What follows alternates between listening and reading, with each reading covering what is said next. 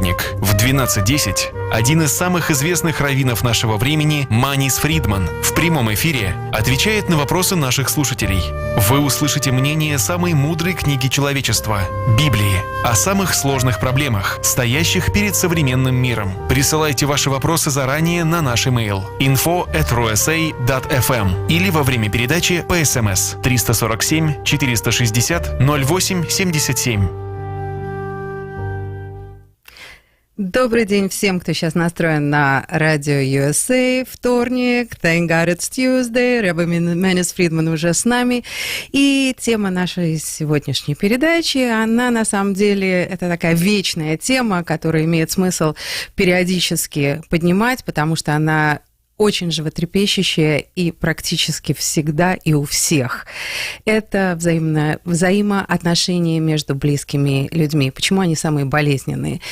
Есть повод, почему я выбрала эту тему сегодня, но я ее уже скажу сейчас вместе с Рабби Фридманом на английском языке. Сейчас все поймут. Рабби Манисом Фридман, hello, thank God it's Tuesday.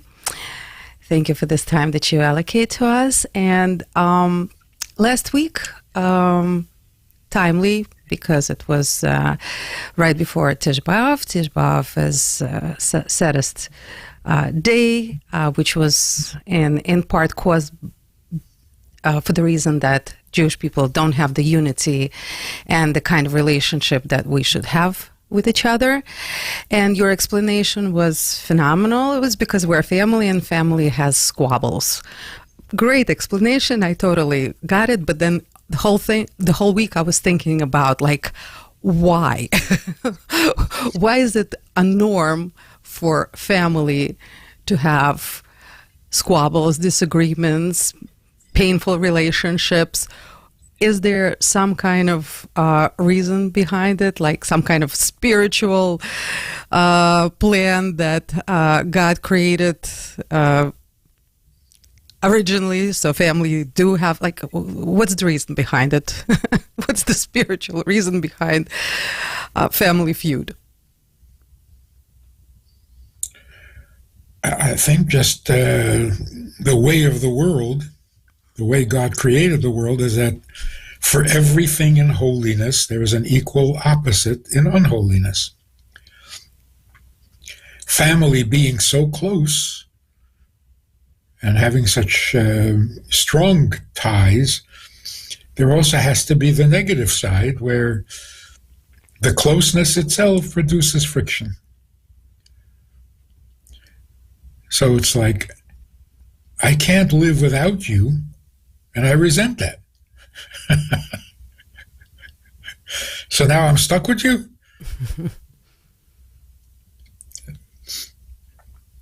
So that's the duality of the world. Everything good has a little bad, and everything bad has a little good, and that's what we're trying to fix. But it is, overall, it's a compliment. Why do I care about everything my brother says? I don't care about everything my neighbor says. Because he's my brother, everything he does reflects on me. Should it? I have no choice. I'm stuck with him. He's my brother. So every Jew who does something unacceptable makes every Jew in the world suffer. But why should you care? You're not like him. You live in different countries, different cultures, you have nothing in common. Yeah, but he's a Jew. So whatever a Jew does affects every Jew in the world.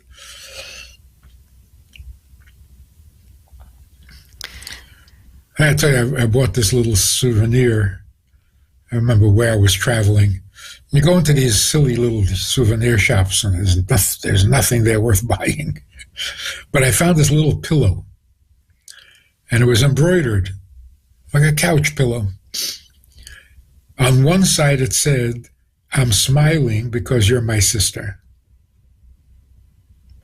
And on the other side it said, "And I'm laughing because there's nothing you can do about it. So I bought it for my sister. If it had been brother, I would have bought it for my brother. But the point of it is, I can smile because you're my sister, or you can suffer because you're stuck with me. So everything I do is going to affect you because we're so close. I'm talking to this secular Jew in Israel. I said, why are you so upset with the religious Jews? Why are you so annoyed by them? I said, because of the way they dress. This is not the 18th century. Why can't they dress like normal people? I said, I understand. Have any Arab friends? He said, yeah. I said, but they dress like it's the 4th century. He says, that's their tradition. So wait a minute. For people who dress in like it's the 4th century, you're okay with that because it's their tradition. People who dress like 18th century, you can't stand it.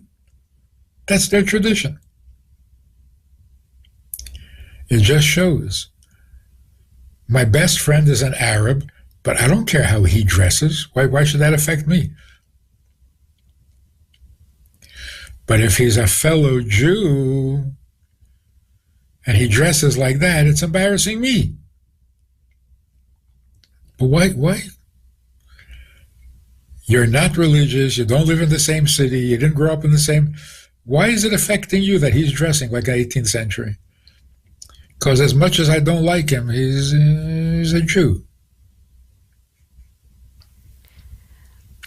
Rabbi Friedman, that is sibling rivalry. What's going on between parents and children? Sibling rivalry. Parents are just children. Yeah.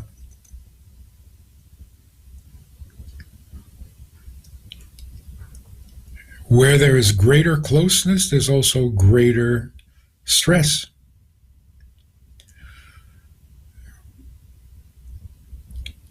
Where there's greater holiness, there's greater unholiness when it goes wrong. Like love, for example.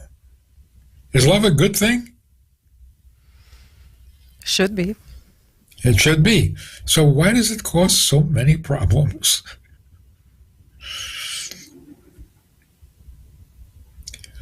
Because something very powerful, when it's good, it's very good. And when it's not good, it's very bad. But if it wasn't so good to begin with, it wouldn't be so bad if it went wrong.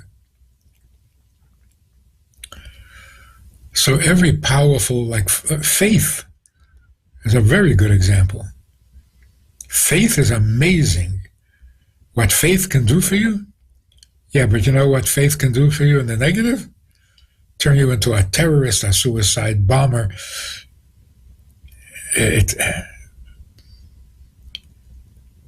So everything powerfully good is a little dangerous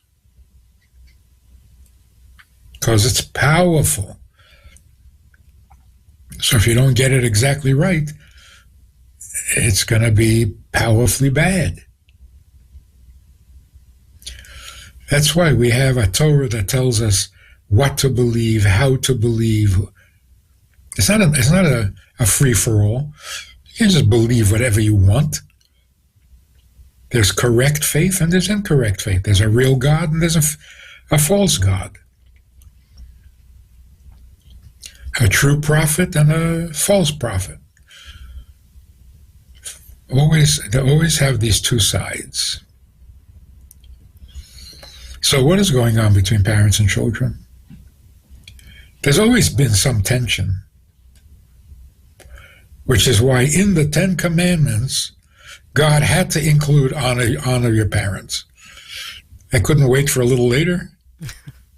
No, it had to be the first 10. But what's happening today is that children have developed an independence that we never had before. And parents don't know what to do with that. Also, parents have lost their authority. It's hard to be a parent without any authority. You're not a parent, you're a negotiator. Everything you want to tell your children to do something, you have to negotiate a deal. It's painful. That's in a good case scenario. Negotiate a deal or surrender. The second one, I think, is more common these days. It's like, oh, you're so outdated, you know. What do you know these days? No, AI knows everything. You're old school. Yeah. But that was always, every generation was old-fashioned. It's like the comedian says, you want to see a picture of me when I was younger? Every picture of you was when you were younger. Either by a few years or by a few minutes. So every generation is old-fashioned. But the loss of respect, the loss of authority is shocking. Shocking. It's indecent. So how did that happen? Well, we never really taught honoring parents. We didn't have to. Children were so dependent on their parents, they didn't have to honor them. They just couldn't live without them. By developing independence, they stopped being obedient or cooperative because they don't need to anymore. Yeah, but what about just honoring parents for the sake of honoring parents? Well, we never taught that.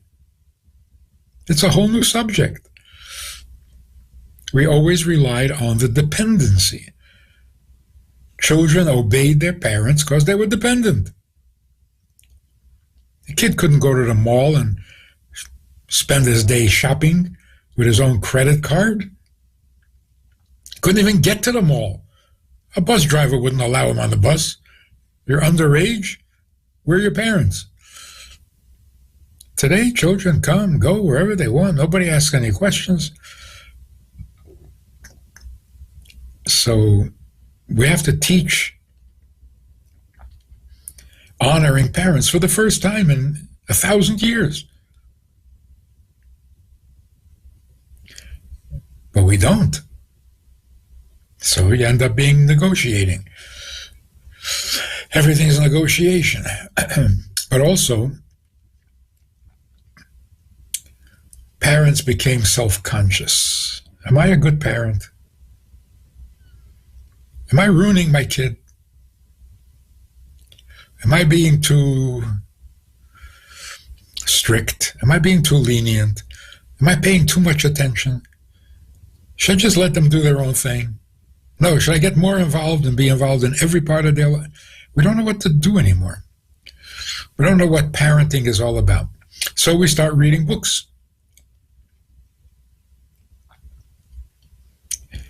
Yeah, that'll help you. Somebody else is going to tell you how to parent your child. But then you read two books, and they don't agree. One author is telling you to do this, the other one author is telling that. Both of them make you feel guilty because you're probably not doing a good job. So now when you talk to your kid, it's like, I'm your father. You have to listen to me. And the kid says, when you grow up, let me know. The kids know immediately. You're not sure what you're saying. So there goes all the authority.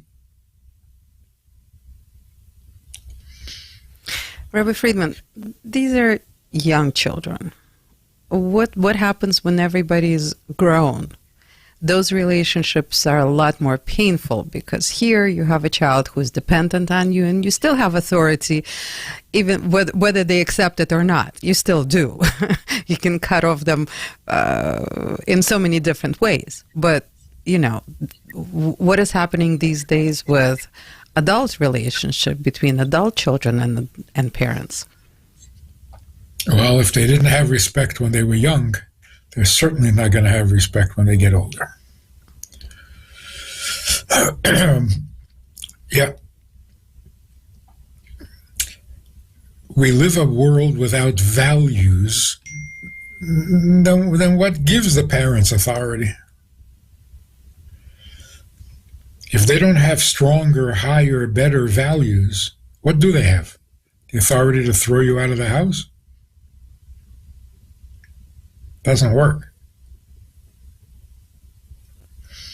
So certainly when the kids get older, they look at their parents like pathetic, useless. They may like their parents, but they don't really have time for them. So when they come over, they'll be nice, but they rarely come over because they have no need. They don't need their parents. It's very sad. But it all is happening for a good reason. Because one of the prophecies about the symptoms of the days before Mashiach is that children will lead their parents in a positive way. Children will bring their parents back to God.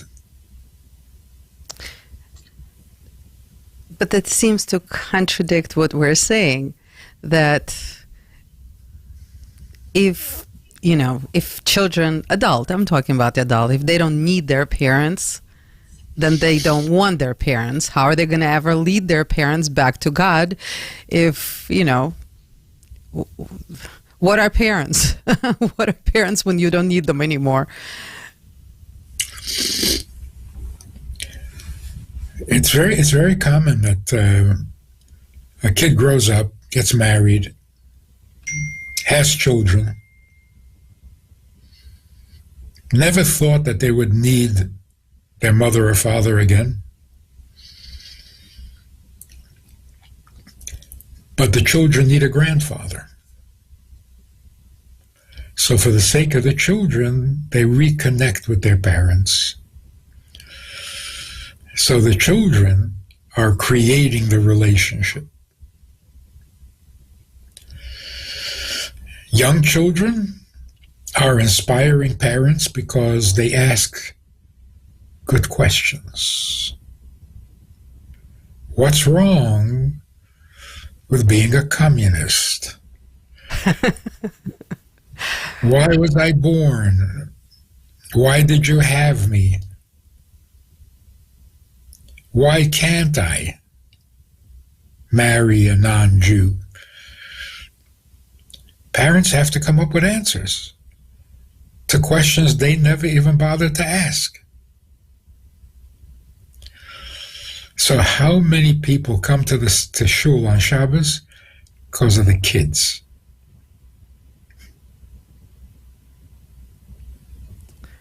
Now I understand. How many couples refuse to have children to begin with because they're going to ask questions and we don't know the answer? So children are having a powerful effect. It's almost like a backlash. For all of history, tradition came from the older generation to the younger generation, which makes sense. Now all of a sudden it's backing up.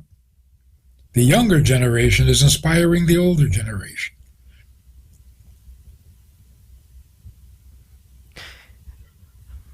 It's the only place you can find values, so better bring them where things are sane. So if this prophecy is happening, then we must be very close. Because who would have predicted such a thing? Yeah. You know, everyone with a little bit of wisdom and intuition, you can predict there'll be wars, there'll be peace, there'll be... Okay, those things are... You got 50% chance of being right. There is going to be a war, there's not going to be a war. So you take a risk, you know? I'm going to predict there's not going to be a war. 50% of the time, I'm going to be right. Who in the world predicts that children are going to be more traditional than their parents? What kind of ridiculous notion is that? What are you thinking? What are you talking about?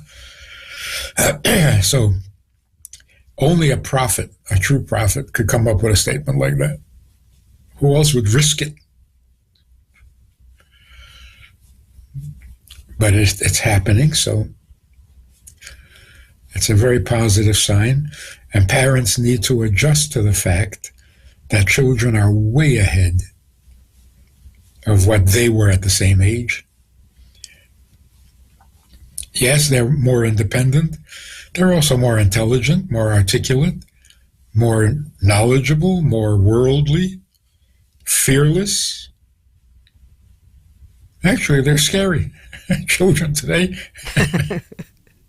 Sure. Don't start up with them. Don't start up with kids. Yeah. Rabbi Friedman, one more relationship. In-laws. Those who come together as a family. A lot of problems, not always, but a lot of the times, a lot of problems arise there as well. Between the parents and the in-law children, you know, what is that all about? Well, a lack of borders, I guess. No? We don't know our borders. Mother-in-law comes into the daughter-in-law's house and starts telling her how to decorate and how to cook and how to clean and how... Whoa, where are the borders here? They come over uninvited, unannounced. There are borders. You have to respect borders. Husbands have to respect the borders. And how many wives complain, your mother makes me miserable and you don't do anything. She criticizes me all the time. She makes fun of me. And you just agree with her? Where's the border? Borders means respect. You have to respect people's borders, which means you have to respect the people. Where there's no respect, the borders will be violated. Rabbi Friedman, is it ever the other way around? That the daughter-in-law is making all the trouble? When there's too many borders and then there's a greater distance?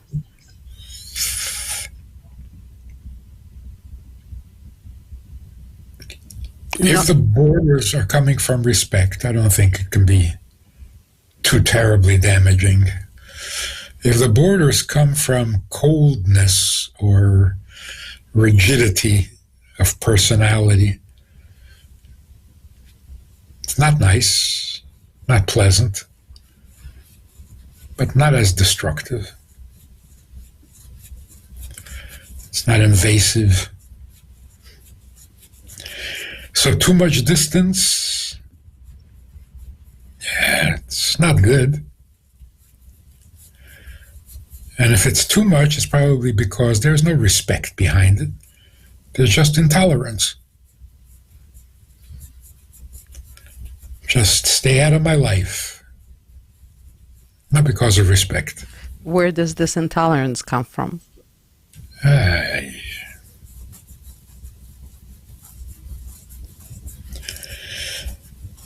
We all come into this world with so much baggage. It's amazing that we're decent at all. And that's why therapy has to become much more value-based. Because traditional therapy, psychoanalysis and psychology, believed in being value-free. They believe that that's the only way it can work. Because if you have a bias, a woman comes and says she's having an affair, a married woman, if you have a religious bias because you think that that's a terrible sin, are you going to really be able to counsel this person? Are you just going to judge them and condemn them? So therapy has to be value neutral. You have to see the person for who they are and not pass judgment. It doesn't work. It sounded like a good idea, but it's not true to life. You may not pass judgment on your client or patient, but the patient passes judgment on himself or herself. So to ignore that is unrealistic. How can it possibly work? She feels guilty that she committed adultery, and the therapist says, "Oh, you don't have to feel guilty." "Yeah, but I am guilty." No, don't feel guilty. But I am guilty. You can't fool Mother Nature. I had this interesting experience. Sitting in a Chabad house and the phone rings. There's a woman on the line. She says, "You're a rabbi?" I said, "Yeah." She says, "Is adultery a sin?" I thought, this is funny. "Is adultery a sin?" "Oh yeah, big sin." She says, "Thank you." She hangs up the phone. What was that? An hour later, she calls back. And she says, "I just want to explain what happened. I'm in therapy, doing the 12-step program. And I said to my therapist, the reason I'm an alcoholic is because I feel terribly guilty that I committed adultery. And it's a sin." And the therapist said, "Well, we don't call it sin. It's not helpful." She says, "But it is a sin." He says, "No, listen to this." He says, No. It was a non-life supporting this choice at the time. She says, "It's a sin." And they went back and forth. She said, "Excuse me." She picked up the phone. She calls her rabbi. "It's a sin." "Yes, it is a sin." "Right, good." She goes back to the therapist. "Yeah, it's a sin." So now therapy or counseling is very much value-based. A sin is a sin. And guilt is guilt. You can't just dismiss it. So we've got so much baggage. We've got so much, and very unclear about the borders. So we justify whatever misbehavior. We justify it on the grounds that I'm damaged, I'm traumatized, I've been abused, I can't function normally. Therapists have to go back to bringing morality into the picture, because morality is healing. It can heal a lot of scars.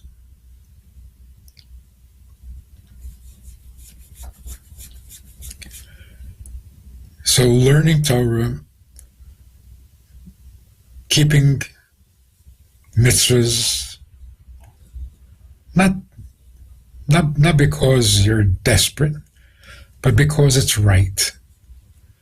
That puts you back on the saddle.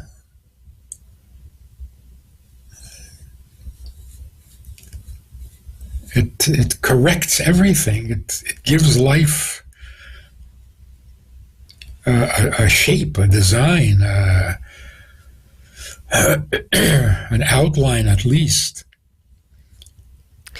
Rabbi Friedman, religious learned people, not just religious, learned people, do know values, learn values, know what's right, know what's wrong, yet have very hard time implementing it. What is the reason behind it? If there's a goal, we have a direction, we know this direction, and yet it's still sometimes close to impossible to implement. Well, to implement perfectly. Right. But certainly a person living a traditional life does a lot more good than the average person. He'll give more charity, he'll be more helpful. He's not perfect, so where he got his weak spot or his vulnerable spot, he may not be so perfect. But it's better than having no moral responsibilities at all. So one person has a hard time not stealing, another person has a hard time not cheating on their husband or wife, another person has a hard time not overeating. But essentially, they're good people. But when you have no value system, not even 10 commandments, you don't have a recognizable life. You can't even say, this is my life. You're just a disaster waiting to happen. So, yeah, people who are learned and knowledgeable and should know better are not perfect. But they're more likely to realize it. They're more likely to regret it. A person without a conscience, there's no hope.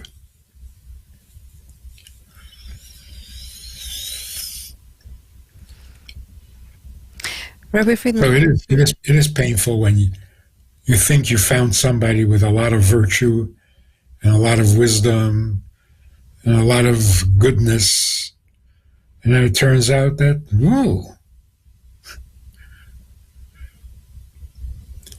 a big gap in the picture. It's devastating for the observer. But a human being is, unfortunately, a human being. Rabbi Friedman, does Torah give us guidance of how to take this pain out of these close family relations, which is basically who we are, who we are? You know, we have our immediate families, our extended families, and then, as we said last week, all Jewish people are one big family. So does the Torah give us an answer, you know, as far as all these three stages are concerned? How to behave in the immediate family, extended, and then overall? Well, one of the most popular, well-known principles in Torah is, what is hateful to you, don't do to others. How do we give ourselves license to intentionally and with great insight and wisdom find the other person's vulnerable spot and hit them where it hurts until they're crying? Who gives you permission to do that? How do we justify it to ourselves? You're the mother-in-law, and you want it this way, and it's your son, and it's your... Who gives you permission to hurt people? Where does this entitlement come from? What is hateful to you, don't do to others. So that's what the Torah is telling us is the key to getting along. I'm not asking you to love each other, but at least don't hurt people the way you don't want to be hurt. Or like, first do no damage. But the entitlement is scary. Even husbands and wives, you're entitled to hurt her because she doesn't cooperate with you? It doesn't entitle you to anything.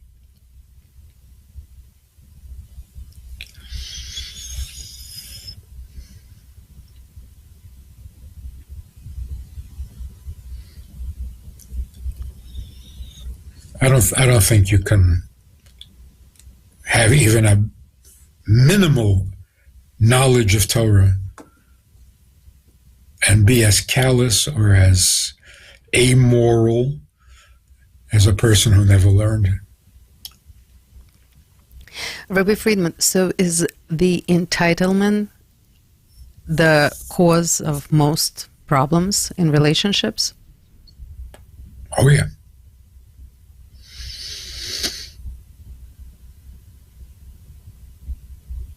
I mean, somebody crosses a border, like let's say, just for an example, from Mexico into the United States. And the United States authority comes and says, no, you can't be here. And they say, what do you mean? Of course I can be here. How do they feel entitled? You come into somebody else's country and they don't have a right to tell you whether you're welcome or not. What is a chutzpah? I mean, like, what are you thinking?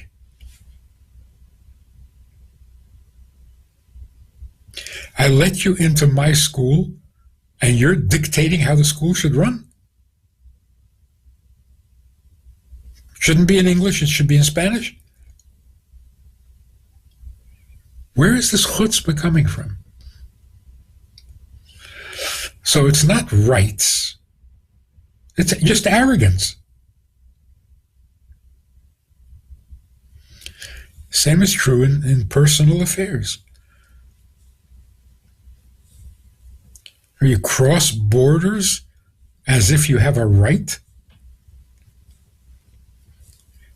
That's what Hillel said. What is hateful to you, you have no right to do to anybody else.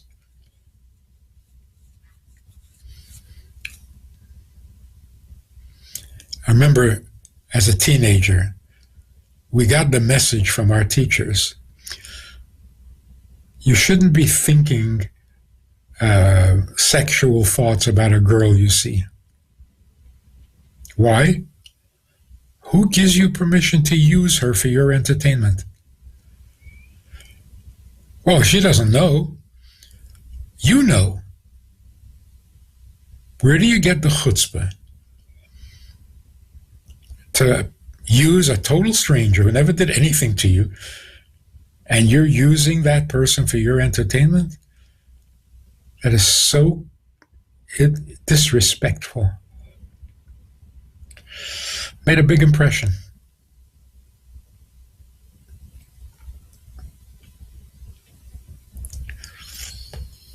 That is very deep. That is, people don't think about these things. That it doesn't have to be acted out, that it could be in one's mind and make a tremendous difference. Yeah, it's the same entitlement. And if you accept that, then you move on to the next step. Not only can I think what I want about somebody else, I can actually speak what I want about somebody else. And then I can start to dictate to them. Now I'm a total abuser. Wow.